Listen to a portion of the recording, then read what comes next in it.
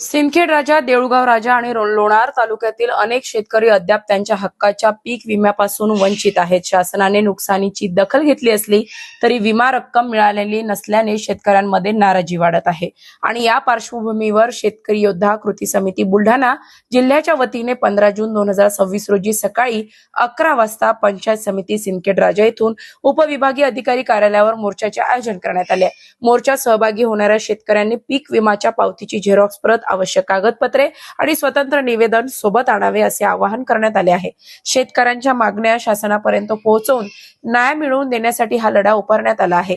पीक विम्याचा प्रश्न मार्गी लागला नाही तर मंत्रालय मुंबई येथेही आंदोलन छेडण्यात येईल असा इशारा समितीने दिला आहे. त्यामुळे मोठ्या संख्येने मोर्चात सहभागी होण्याचे आवाहन करण्यात आले आहे. मित्रांनो, गेल्या अनेक दिवसापासून आपण शेतकऱ्याच्या पीक विम्यासाठी गल्लीपासून दिल्लीपर्यंत गेलो असलो असं म्हणायला काही हरकत नाही. काही दिवसापूर्वी आपण वाशिम या ठिकाणी कृषी मंत्री दत्तात्रय मामा भरणे यांच्याशी भेट घेऊन सविस्तर बुलढाणा जिल्ह्यातील शेतकऱ्यांच्या पीक विम्याचा प्रश्न मांडला, पण त्यावर कुठलाही निर्णय झाला नाही. म्हणून आज सिंदखेड राजा रेस्ट हाऊस परिसरामध्ये आपण शेतकऱ्याच्या कार्यकर्त्यासोबत अतिशय महत्वाची या ठिकाणी मीटिंग या ठिकाणी आयोजित केली होती. या मीटिंगमध्ये आजच्या या ठिकाणी ठरल्याप्रमाणे येणाऱ्या 15 तारखेला सिंदखेड राजा पंचायत समिती सभागृह तहसील कार्यालयाच्या मार्गाने एसडीओ कार्यालय या ठिकाणी भव्य मोर्चा या ठिकाणी निघणार आहे.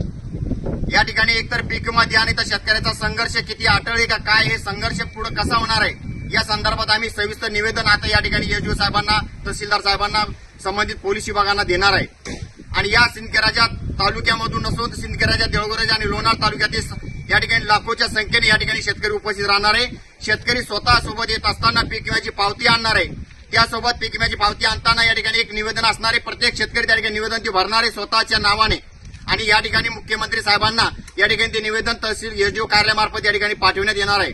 त्या ठिकाणी पीक विमा जोपर्यंत मिळणार आहे तोपर्यंत हा संघर्ष थांबणार नाही. या अनुषंगाने या ठिकाणी आजची या बैठक या ठिकाणी आयोजित केली होती. म्हणून मी सर्व शेतकऱ्यांना हात जोडून विनंती करतो, येणाऱ्या 15 तारखेला न चुकता सिंदखेड राजा या ठिकाणी उपस्थित राहावे. सर्वांना कळकळीची विनंती आहे. जय जवान, जय किसान, जय जवान, जय किसान. पीक विमा आमच्या हक्काचा, नाही कुणाच्या बापाचा, पीक विमा आमच्या हक्काचा. नाही कुणाच्या बापाचा.